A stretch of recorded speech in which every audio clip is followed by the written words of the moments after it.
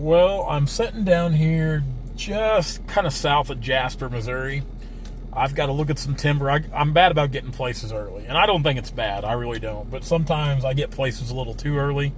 So I've got to do some sitting and waiting sometimes, so I'm not that guy. It's like they're an hour before I'm supposed to be. Because one of my biggest pet peeves, and I've got it from my dad, one of my biggest pet peeves in life is punctuality. I mean, just like today, like my appointment's at 5:30. It's 4:50 and I've already been here for 15 minutes because I was on the phone. But so punctuality is a big thing to me. Anyway, I'm sitting here early. We're gonna put the little cap on this video, the end of the day or beginning of the video cap, whatever you want to call it. We're gonna go over a few things real quick. Like first and foremost, this is gonna be kind of me griping.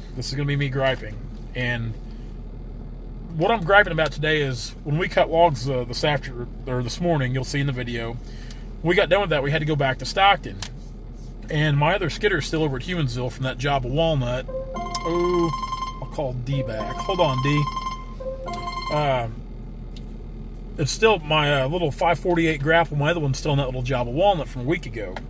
We had a dead tree we said we'd cut for them kind of close to their yard. Long story short, guys, is I don't mind people watching me or watching us from a distance, my dad and I. The problem is you can't be right up there next to us. You can't be next to my dad cutting. You can't be next to the skidder. Got cut off. Anyway, you just can't be next to the equipment like that. And I don't like to yell at people or get on to people, especially customers or clients, but today I had to do that because we were pushing a tree with the tree pusher. And it was kind of in a spot where, hey, like this can only go one way and it's the right way, or it's going to tear something up. Well, at that point in time, a gentleman was standing. He was right behind the skidder tire, right in an area I couldn't see real well. When I'm not even trying to focus on that, I'm trying to focus on what I'm doing, and that's pushing that tree. Guys, I'm speaking for myself and loggers, not only loggers, but construction workers or heavy equipment operators, just hardworking professionals everywhere. It's okay to watch from a distance, but a lot of times you'll see on this equipment it says stay back 300 feet.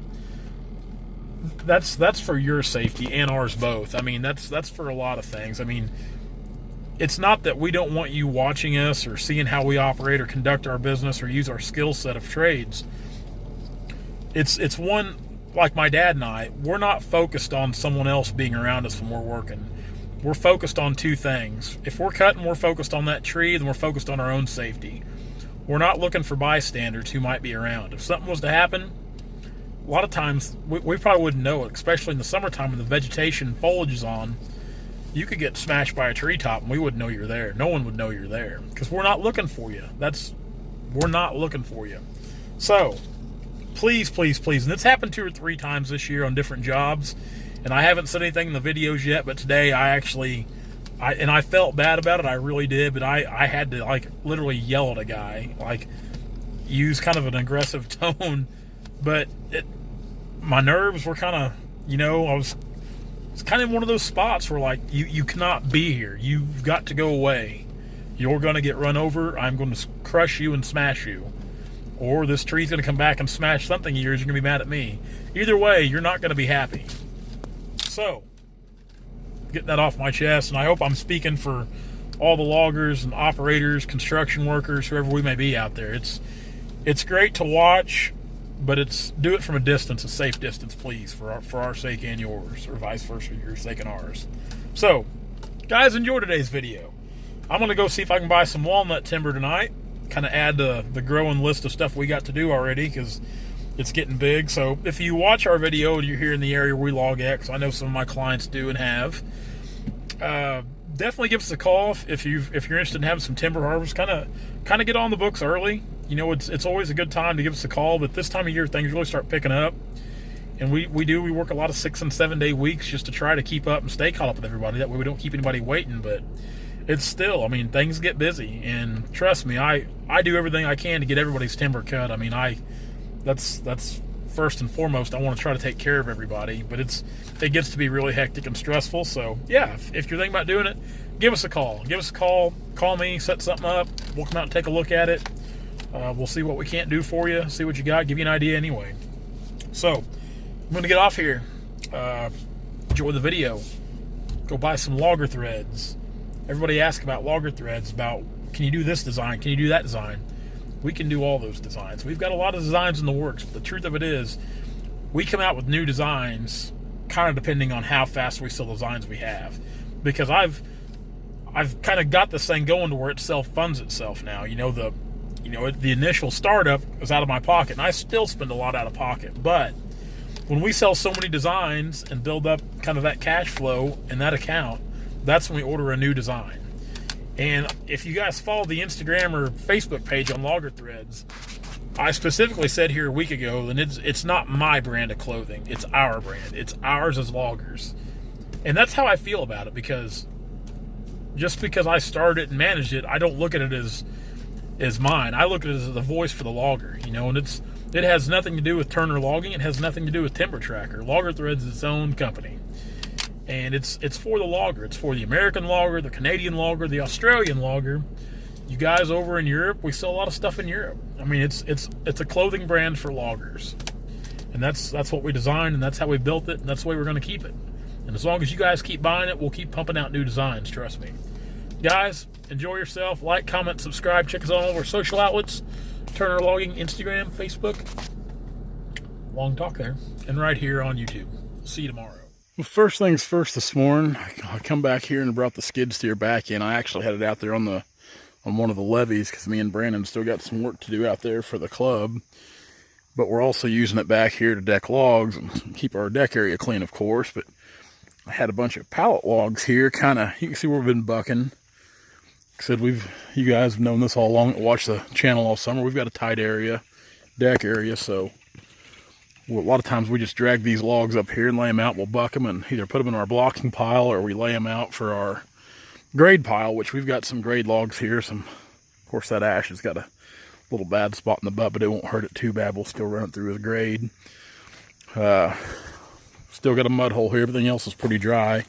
Chance of rain every day this week, but hopefully we can get something done so we can round out the year here before we move out. Here comes Dad now on the Ranger.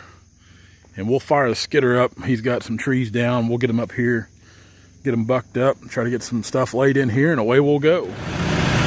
Dad's out there in front of me. We're cutting a little water oak now. We're coming to get some blocking this morning, so we want to keep that blocking pile full.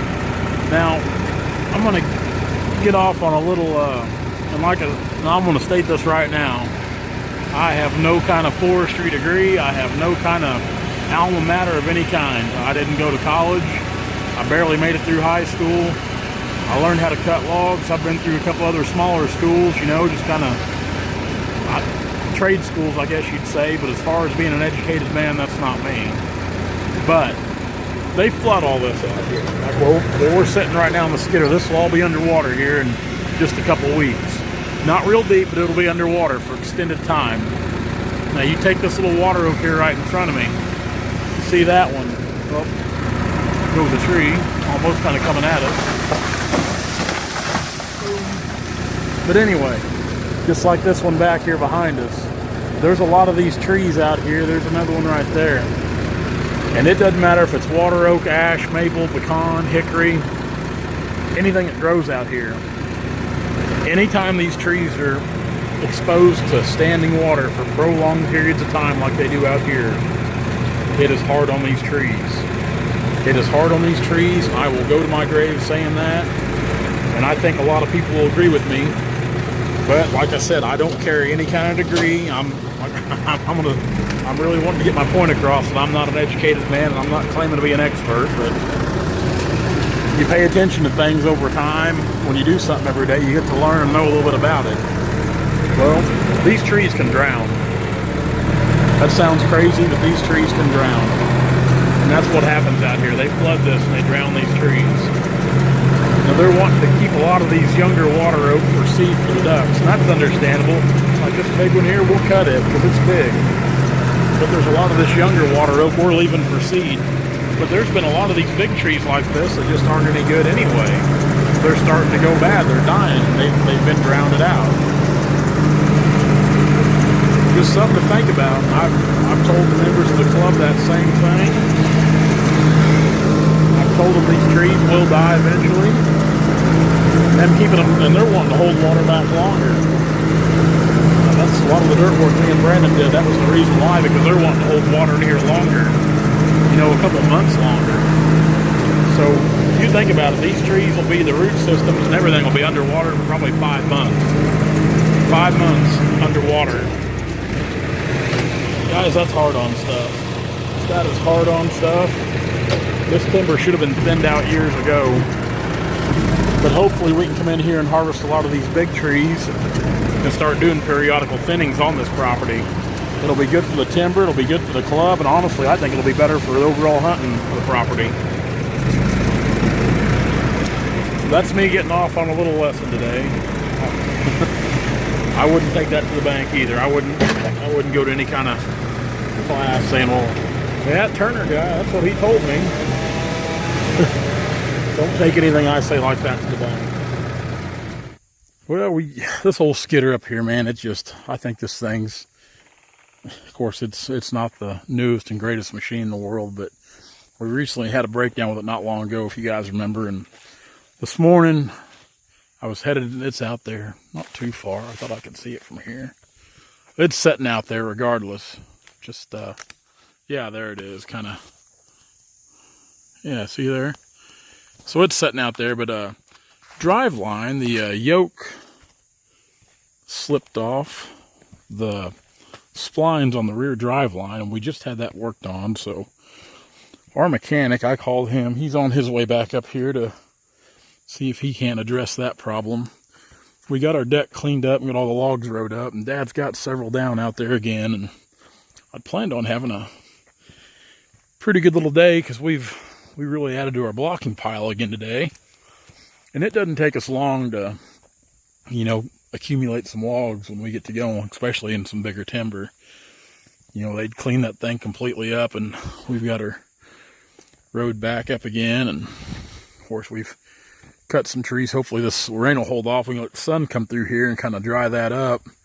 We're going to buck that old thing. It's a nasty thing, but we got a deal on that pecan and hickory right now. Even the bad stuff, they'll chip up for smoking wood, which works out good for us, which our same buyer's buying. It's just kind of a deal to help guys like us out. So, but this afternoon, rather than stay up here and try to tinker around and wait for our mechanic to get here, I'm going to head back to Stockton, because tonight I've got to go to Oronogo, Missouri to look at some timber. So I'm going to go back and take care of a few things around home.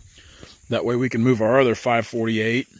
We're going to move it to a job of walnut this week.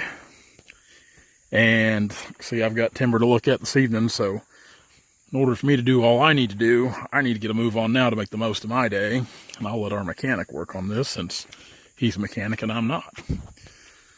And yeah, hopefully tomorrow we'll be back up and running, and we can kind of get some more logs out. I'd like to get some more grade out. Try to bring that pile on around here. I'd like to sell that 20,000 feet of grade this week if we could, which shouldn't be too much of a problem.